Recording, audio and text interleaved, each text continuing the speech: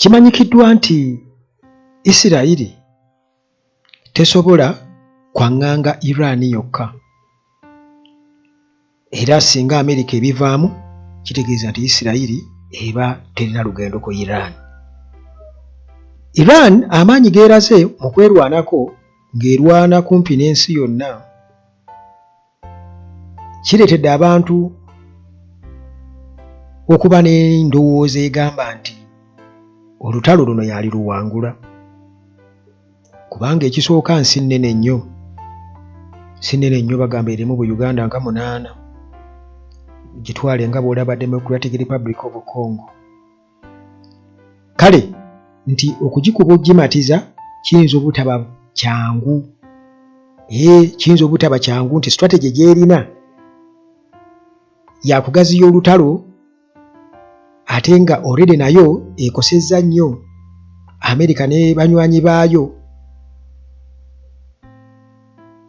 nti kiyinza okubeera ekizibu olutalo luno okubeera nti nno Iran egenda kuwanika. Era Iran yo nga yo egamba ebya ceasefire tebiriiyo.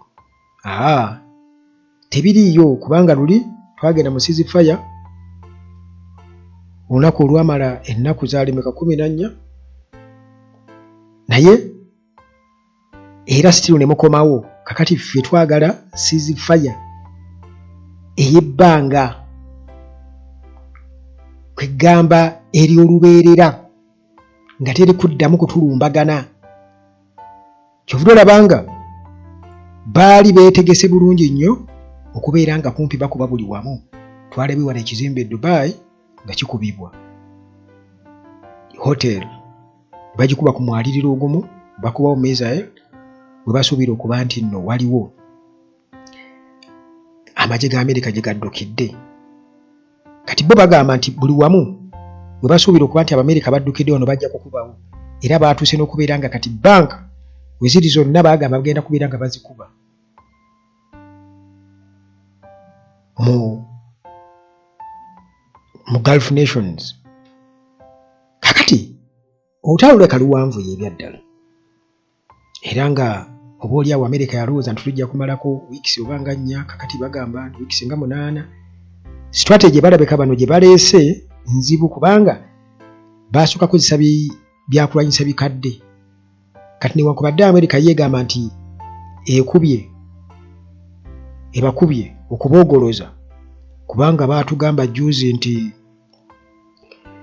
mbu tukubye nave amagi gayo ago ku mazzi bagakubye bakuba mbu amaato 44. Trump n'atugamba nti bawayipinze out Air Force enyonyi bazikubye nti n'emissiles zaayo enfumo bazitereka nazo ne bazikuba. Naye ate muganda wange bano bakuba basitudde missiles bagamba mbu zizitowanga ttani namba. Kati ze basitula tebazikuba ku bibuga kati ng'ebyo mu Isirayiri, Jerusalemu n'ebirala nti eriko n'obulala obukookereko tegwa yokka kati erina n'omulala obumansuka nti ekubira ddala range eweererako ddala ate nga nzito nnyo nti ekuba ne bye wansi awo nga tena kizimbe kyekubye ekizimbe kisobola okugwa ekiddiridde awo essaawa eno. So nga ate munnange babadde bamanyi nti amaanyi gaayo gakendedde. Kakati bw'obeera ku mutimbagano olaba nga waliwo n'Abamerika bennyini abagamba nti Iran olutalo erayika eruli waggulu era tebalaba wongeri Amerika gyegenda kuwangwa mu lutalo luno. Tebagiraba nti kubanga strategy bano gye baaleeta ndala bino ebyabwe tebifanagana nga bye Venezuela kubanga Venezuela nti obukulembeze nga bwonna butambulira ku Maduro so nga ate Ali Khamenei yali yakola ekintu okuva lwe batwala obuyinza mu 79 nti baakola ekintu kyabwe nga obuyinza tebutambulira ku ye yekka yadde nga ye supreme leader naye ate nga ebyabwe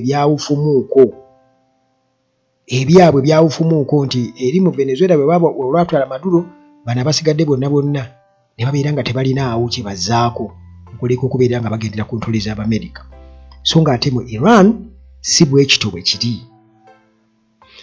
Ebyenfuna byakukosebwa nnyo era omuwaatwa ku mazzi ogwa Strait of Hormuz okuyita amafuta ogwo gwe Iran egamba nti tegenda kuguta. Kati bano batuuse n'okubeera nti nno ebyaggwanga erya Russia liteekako envumbo ku by'okutunda amafuta bagenda kubiwummuzaamu okondowooza ate oluvannyuma ate banaawa nsonga ki nti kati tuvudde mu bizibu kakati ate nedda amafuta. Naye Trump yali yagamba nti yali yayogera ne Russia ne China mbu baleme kweyingiza mu lutalo olwa Iran, bagireke bagifutize mbu basobola okubeera nga basobola batunda amafuta nga bwe baagala. Trump bw'atyo bwe yagamba. Kakati nti alternative eriwo, basobola okufuna amafuta okuva mu ggwanga erya Russia. Naye kati amafuta geeyongeredde ddala ebbeeyi, ne mu ggwanga erya Nigeria amafuta geeyongeredde ddala ebbeeyi bwe kyoba omanya. Kati Iran ebya ceasefire egamba si byeriko.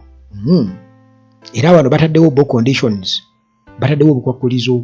Era president wa Iran ayitibwa Masoud Pezeshkian, ono munnanga amaze okwawutulayininga alambuludde obukwakkulizo okukomekereza olutalo US ne Israel bwe batankuula ku ggwanga erya Iran. Era n'agamba nti munnaaye mmwe tubamanyi. Kakati mu post gye yatadde ku mukutu gwa X ku lunaku olwokusatu, Pezeshkian yagambye nti Iran erina obukwakkulizo obwetaddewo demands zaayo, omuli okubeera nga bano balina okuliyirira ebyo byonna bye boonoonye. US erina okuliyirira ebyo byonna byeyonoonye mu Iran, era nga erina okurecognizinga rights eza Iran, nti newabeerawo ne international guarantee okubeera nga bapreventinga future aggression. Kakati ku kyokuliyirira nti eno condition oba bino bye baayogeddeko wammanga bagamba nti babidiscussed mu meeting gye babaddemu wakati w'abakulembeze mu Russia ne Pakistan.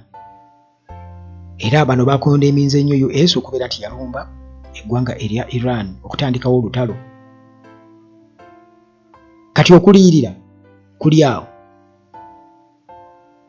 Kyokka ate n'okubeera nga bayingira mu ndagaano kuba nti nno US eraba Iran ng'eggwanga eryetongodde, era ne wabaawo international guarantees okubeera nga beewala Amerika ate okwekyusa ng'emaze okwetegeka nti kati katugende ate tulumbe. Nti balina okuteekako endagaano nti jjukira nga tuli mu third world war muganda wange, gobadde oyinza okuba nga olowooza nti nedda third world war tebeera bwatyo. Tuli already mu third world war. Kakati munnange we twogerera nti mu Iran abantu abali eyo mu 1,300 be baakafa, omuli abaana b'essomero, omuli bannabyabufuzi political figures. Kale bano bonna bafidde mu nnumba Israel ne US ze bakoze ku ggwanga erya Iran. Kati newankubadde yo US egamba nti emaze okulemaza Iran amagye gaayo ku mazzi, nti missile capabilities, naye yo Tehran bano bo bakyayongera okulonkinga missiles ne drone ezibayambye ennyo okubeera nga munnange ate bakoseza ddala enfo za Amerika okukozesa n'ebyobusuubuzi. Kugambye Strait of Hormuz, eno key oil transit route, era nga muganda wange global petrol prices zino zigenze waggulu nnyo. Amafuta mu bitundu ebyenjawulo buli omu atunda bbeeyi ye, ne mu Nigeria mwennyini nnyini amafuta galinnye. Kakati nti ye nga president wa Iran Pezeshkian agamba nti peaceful resolution nti okutuuka ku ndagaano y'emirembe kiyinza kubaawo singa conditions za Iran ezo ziboogeddeko zimaze okubeera nga zituukirizibwa. Era ne balaga tebali serious nnyo ku nsonga eno. Tebaagalawo muzannyo awo. Kati ffe tukyali eno tugamba Iran muwanike. Nalabye abali mu Saudi Arabia mugamba nti Saudi Arabia bali mu gikuba ffe tuli eno tuli okay. Ne mu Iran bwekito bwe kiri nti Iran nene nnyo babeera bakubye wano ate abeeri ewalala babeera mu byabwe babeera tebamanyi kigenda mu maaso. Munene nnyo kakati ate ye Iran etagetinga nfo ezo basuubira okuba Amerika bwe bali so si kuba buli wamu nti oba Saudi Arabia bagikuba nti oba Dubai bagikuba oba Abu Dhabi bagikuba. Nedda bakubaawo kabbo basuubira okuba nti kati wano weweekwesa Amerika. Impact twagirabye dda already Amerika etanso kubeera ng'eddusa abasirikale baayo. So nga ate Iran olutalo ku level endala mbu ate era egenze mu kibayita cyber attack mbu neeyingira mu byuma bikalimagezi eby'Amerika data yenna nemusangula ne basirikira n'obubaka nga ggoggulawo kompyuta yosanko kabonero ka Iran kabakulaga bakuwambye. Kale kwegamba ebyo byonna biri awo munnange ku side eya Iran. Era nja kujja mu mboozi yafeemu mu maaso awo okubuulira butya Iran bwegaziyiza olutalo luno nti oba oli awo nti waliwo strategy esobola okulemesa super power nti super power bagirwanyisa batya. Iran strategy ye egirina nti super power owango ojegeejinze mu lutalo ogikola otya nti olaga maanyi mu kukuba oba olina ebyolina okubeera nga ate okonsideringa okuba nga oginafuya. Ebyo tulinza okubeera nga tulaba onnaku eziddako nga olutalo luwanvuye kubanga yo nti US eyagala ceasefire naye Iran yegamba teri bya ceasefire. Ffe twagala conditions zaffe ezo nga zimaze okubeera nga zigenda kutuukirizibwa. Kakati awo muganda wange ebyava mu nuclear negotiations bane bagamba nti nedda balemereddwa okubeera nga bakkaanya kati katubekube bukubi. Kati baga nti bagiwa ceasefire mu nnaku ziri ezasooka ku mundi guli nga babalumbye ne babawa ceasefire naye conditions kirabika ndowooza tezisobola kubeera nga zituukirizibwa singa bano bamala gateekawo ceasefire. Kati bataddewo ezaabwe era bagamba tebigenda kukoma. Luno lutalo luggwa kati obutaddamu kutwaŋŋanga. Jjukira nti eggwanga erya Amerika lyali likubyeko kati nga ku Japan lyakubayokko bomu ziri zinnamuzisa toshimanyaga shaki naye simanyi oba nti kisoboka ne ku mulundi guno kubanga already endagaano ze baateekawo obutaddamu kukozesa ezo nuclear bombs ate nga yensonga lwaki bakuba Iran kiyinza okuba bali bakusuubira okuba nti eneetera okubeera nga developing amaanyi aga nuclear. Kakati awo bwe babanga kyebavumirira era yensonga gye bakulembeza nti Iran yali ebola ku katono nnyo okubeera nti developing a nuclear weapon kiba kitegeeza nti ate tebasobola kuddamu kudda eyo kubanga ensi yonna ebegenda kubasekerera. Bagenda kubanga aboyozeza ne baanika mu ttaka.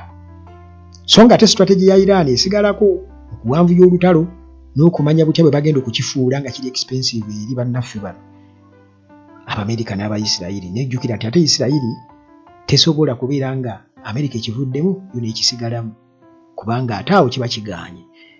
Kale kaweefube munnange ow'ensi zikiri maanyi ne sayansi w'entalo ffe tuba tetumutegeera nnyo naye ate oba oli awo buli kinene kibaako eddagala sayidi emu. Bagamba nti ekiwawaatiro ekyenswera mbwe ekyesayidi eno kibaako bulwadde ate kyesayidi eri lyeddagala ye antidote.